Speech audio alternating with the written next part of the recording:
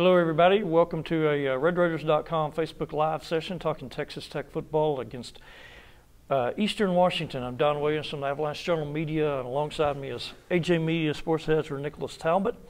We are less than 48 hours away from kickoff here as we talk to you on a Thursday evening. Red Raiders against Eastern Washington, Saturday afternoon out at Jones AT&T Stadium.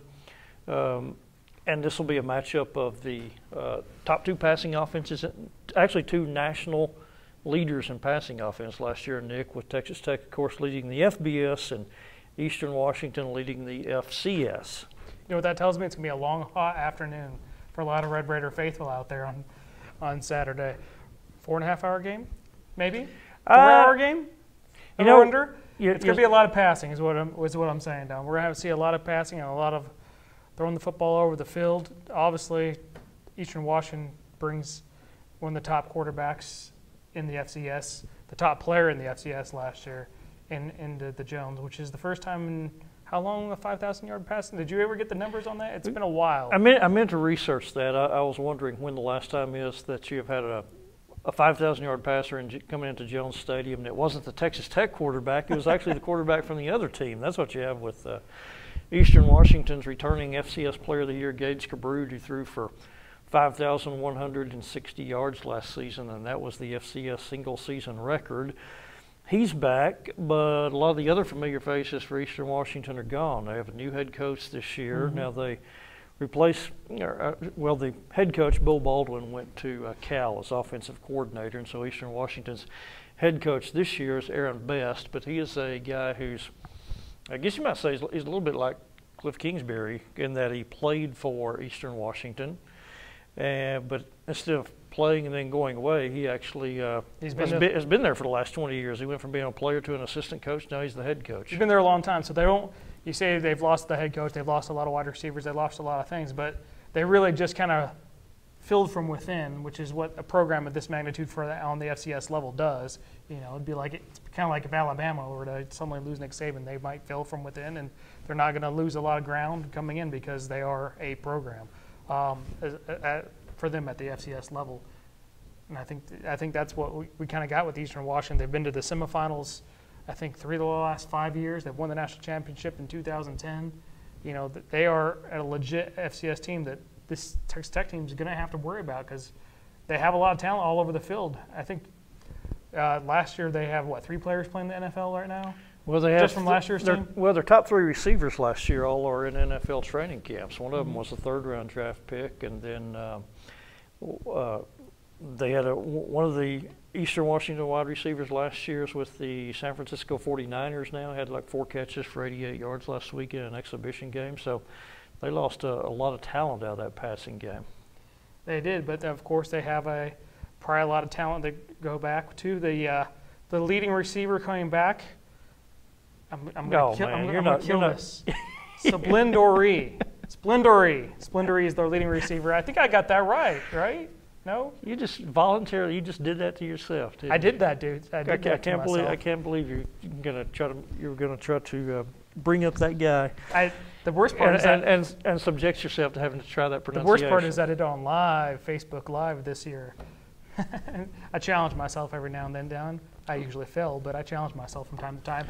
But the challenges are really going to be for Texas Tech. And what I'm interested to see about this game, because it is going to be a real test, I think this is kind of like the equivalent of playing a Big 12 team that's, like an Iowa State. I don't think it's going to be like Iowa State last year. Something like that, yeah. But yeah, they're kind of on that level. They beat Washington State last year. They've beaten Oregon State in recent history. They've come close. They played Washington. A couple times against Washington. A couple times against Washington. They only lost by a field goal. They lost Oregon, I think, two years ago, or maybe it was 3, had to come back and make a last-second comeback. They ended up winning, I think, 61-42. But they had to come back. So what we're seeing is a quality football team. So Texas Tech is going to be tested right off the bat. And so what are some of the things, Don, that you think we're going to have to look at really closely to see if this Texas Tech team has improved from last year? Well, I think the thing that I'm kind of expecting, and people ask this all the time, is Texas Tech going to be better on defense? And I think they are going to be better on defense. And reason why is because I think their linebacker unit will be better. You have, Jordan Brooks got his kind of feet on the ground last year as a true freshman. He led the team in tackles. Dakota Allen got his feet on the ground the year before last, and then got in trouble with the law, got kicked off the team, went to the junior college in Mississippi. Last chance you. He's back, and so you have a Dakota Allen's kind of proven that he's a Big 12 level linebacker, and Jordan Brooks showed last year that he's a Big 12 level linebacker, and so I think that alone should make you better. Now I think you have some pieces that you can work with up front with Mike Thomas at the defensive tackle, Broderick Washington at the other defensive tackle. There's been a lot of optimism about potentially the pass rush with Lonzel Gilmore, who's been talked about an awful lot in the spring and all the way through summer. And I said this the other day, I'll kind of believe it when I see it on the pass rush because Tech doesn't have anyone back on the defense who had more than one sack last year. Yeah, I was about to say, who's leading returning in sacks last year? So there's a lot of hope that Lonzel Gilmore will take that step up, and that Tony Jones, newcomer, junior college transfer from Butler Community College in Kansas, that he will be a potential impact player. They had him as a weak side linebacker in spring practice, and then moved him to the rush in position because their linebacker depth was pretty good. And we heard Taylor Nunez a week or so ago talking about how he has fantastic speed off the edge, and offensive tackles can't even get set up before he's blown by them. So there's a lot of optimism. There's some optimism. The pass rush. I think one reason to be optimistic with the pass rush, I think they do a lot better job in coverage. We've heard, of course, Deshaun Johnson. He's been back. He's back, which is good for Texas Tech. But they also heard a couple other names, especially like Octavius Morgan, who keeps being talked about as a Big 12 cornerback, right? Defensive back. Yeah. I mean, and people on the inside have said that Octavius Morgan will make him better, and that Vontae Dorsey will make him better. Morgan's 6 foot, 205 pounds. But put him on the corner. He looks like a guy who is a Power 5 cornerback, and then Vontae Dorsey's a guy who's not real big, 5 foot, 5'10", 5'10 and a half, 205 pounds, but he plays with, supposedly plays with a lot of enthusiasm. He's not afraid to come up and hit people. And so you add them in, and then you also, you expect you get a year of growth out of guys like Desmond Smith and Douglas Coleman. You threw some freshmen to the Wolves, true freshmen to the Wolves. And Douglas Coleman had some big end. Plays last year. He did, and so he's going to be starting at that nickelback position, and Desmond Smith's going to be from Odessa Permian, going to be starting at the opposite corner. The concern that they had with Desmond Smith last year was he tended to get his head down after when he would get beat on play. I mean, he's a guy who has ability, he has a great frame, but if he give up a pass play of 20, 25, 30 yards, he tended to do this and kind of hang his head and be dejected for a while. And they told him, this is the Big 12, that's going to happen. You have to bounce back immediately and play that next play, as they say, and get after it. So they feel like maybe he says, and coaches say that they think he kind of understands that and has processed it and will handle it better this year and have better mental toughness than he showed in 2016 as a freshman. Yeah, and I think we both agree that the defense should be better. The question is how much better. There are other concerns, though. One that I'm particularly interested in is the offensive line, Don. How do you think this offensive line is kind of shaping up this year? And are they going to be better than we've seen maybe in the spring and, turnover from last season? Well, I think it's a legitimate concern, and the reason why is because you don't have any seniors starting up there. You got 2 sophomores starting at the tackles with Terrence Steele on the right side and Travis Bruffy on the left side. You have a true freshman starting at right guard and Jack Anderson from Frisco. Left guard, you have a newcomer. Jacob Hines is a junior, but he's spent the last 2 years in junior college, so he's a totally new guy, going to be starting for you on opening night. And then at center, you have Paul Staywars, who's one of the more experienced guys. He's a junior. I think the other thing that concerns me about those guys is you don't have anybody back in the same position that he played most of the season at last year, because most of the season last year you had Terrence Steele at left tackle, and then the last 2 games they moved him to right tackle. You had Paul Staywars playing guard all last year, now and they moved him to center. And you had Travis Bruffy being like a short yardage tight end. Now he's playing left tackle for you. So I think he's protecting the blind side. Yeah, so tight end to blind side. And so I think it's an offensive line that has some potential. I mean, there's young talent there. When you're talking about Bruffy and Steele and Anderson, a couple of sophomores and a freshman, I think they have the makings of a pretty good offensive line, but I don't think it's going to happen right away. I think you could have some moments there early on, including on Saturday night, when you wonder, man, what happened there with that? Where was the breakdown there? I think you'll have some of that. All right, and most people are concerned with pass protection with the offensive line, but I think the bigger concern maybe with the running game. What do you kind of see? You're this always running concerned game? about the running game. I'm always concerned about the running You're Mr. SEC guy. I love 3 yards in a cloud of dust. Run the ball some more. I am probably the only person who used to play NCAA football and run the wishbone. I just up and down the field. I could go for some of that. I grew up on the wishbone. but anyway, your point was. My point was, this Texas Tech team is going to get yards through the air. The receivers are great. We have a lot of faith in Nick Shimanek.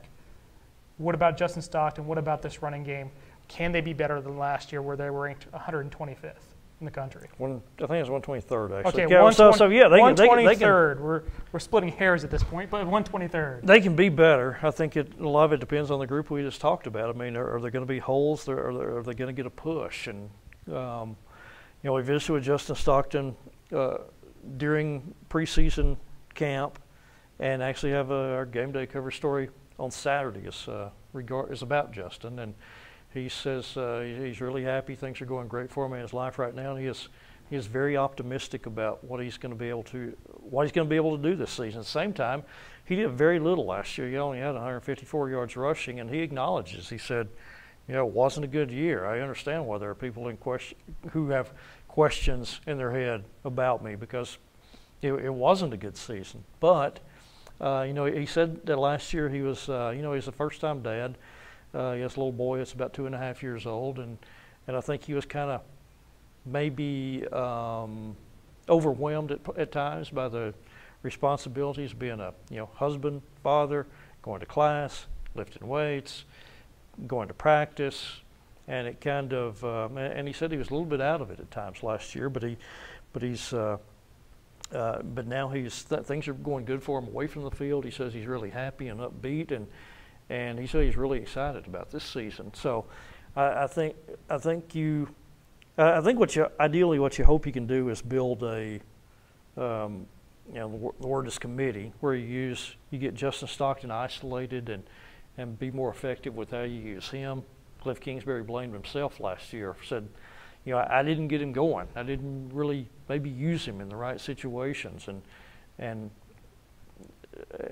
put him in opportunities to succeed. So I think they're going to make a concentrated effort to get him back to being the guy that he was 2 years ago and 3 years ago. And then there's the hope that Desmond Nisby, the 238-pound transfer from JUCO, can give you a different dimension. And then you have DeMarcus Felton, who's kind of more like your traditional tailback type.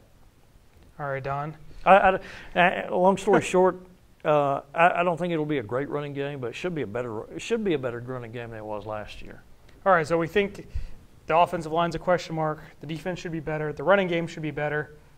How do you see this playing out on Saturday? And do you think they show all these things that we're kind of predicting right now? Well, I think Tech will score points, just because I think Nick Shimanek, as a fifth-year senior, is ready to do this, and he benefits from the fact that he has a really good receiver core, since you have Williams and Cantrell on the outside, and you have Kiki QT and Cameron Batson on the inside. Receivers galore.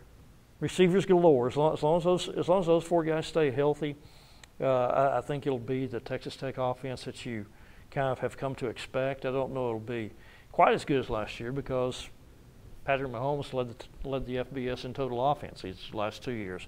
You should expect some come down there, but I think Tech will score points. I also think, as we've said, Eastern Washington's a legit FCS team, and so I think Tech wins on Saturday afternoon. But I think it'll be an entertaining game. I don't think it's one that is going to be over at halftime. And I picked, so I'm seeing a score like about 45-34. All right, I'm kind of in the same range for you there. I think you kind of hit on most points. Why this game's going to be a little bit closer.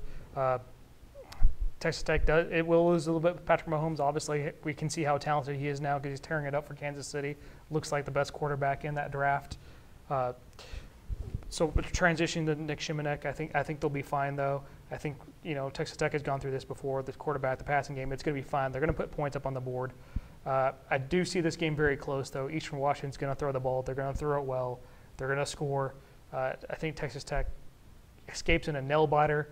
It gets a little scrolls on all those ESPN on those upset alerts, but Texas Tech comes through in the end, wins 45, maybe to 42, just by a field So an goal. even closer game. Yeah, I think it's even going to be. I think it's going to be right down to the wire. I think Tech may have to come back at this one, just because you can kind of no matter how good an FCS team is, they're always ripe there to underestimate. So I think at the beginning they take a little while to get into the game and have to kind of come back in this one and win it. All right. That'll We have questions. This is the number 2 QB. number 2 quarterback. Question from Facebook Live. Number 2 quarterback is McLean Carter, right? McLean Carter. Yeah, transfer from Tyler Junior College. Left-hander, about 6'3", 215 pounds. He was here in the spring. And folks who are high school football fans may remember him from when he was in high school. He was at Gilmer, a real strong 4A program, led them to a state championship, as I recall, 3 years ago. Class 4A Division II, the Gilmer Buckeyes. And one of his teammates is a defensive back at Texas, Chris Boyd, and another one was a wide receiver who went to Baylor. McLean Carter, even though he had a prolific senior year at Gilmer, he did not get hardly any recruiting attention at all. So he went down to San Antonio at Incarnate Word, spent a semester there, said, I'm better than this. I want to play major college football. So he transferred to Tyler Junior College, spent all of 2016 there, was the conference player of the year, threw for 3,200 yards. And transferred here, was here in the spring, and he's the number 2 quarterback going into this weekend. Now, Cliff Kingsbury expects Jet Duffy to compete for that number 2 job, and I think compete for it fairly quickly. But what you got to realize is He hasn't been there on campus for a year. yeah, I mean, he last time he practiced with the team was maybe mid-season last year, early season last year. Then that long suspension kicked in, and his suspension didn't get back until August 12th, and that's not something that you really make up for in 2 weeks, 3 weeks. So I think their plan is, you get through this week, and Cliff Kingsbury wants to, and Cliff Kingsbury wants to give him Jet Duffy a lot of work during the open week, which comes up next week. We good, Brad? All right, no more questions. I think that'll go wrap up our show, Don. So close us out. Appreciate everybody joining us. We'll be back on another edition of Facebook Live next week. It's the RedRaiders.com pregame show. It's brought to you by University Medical Center for our engineer, Brad Tollefson, and for AJ Media Sports Editor Nick Talbot. I'm Don Williams. Everybody take care. We'll see you at the stadium on Saturday.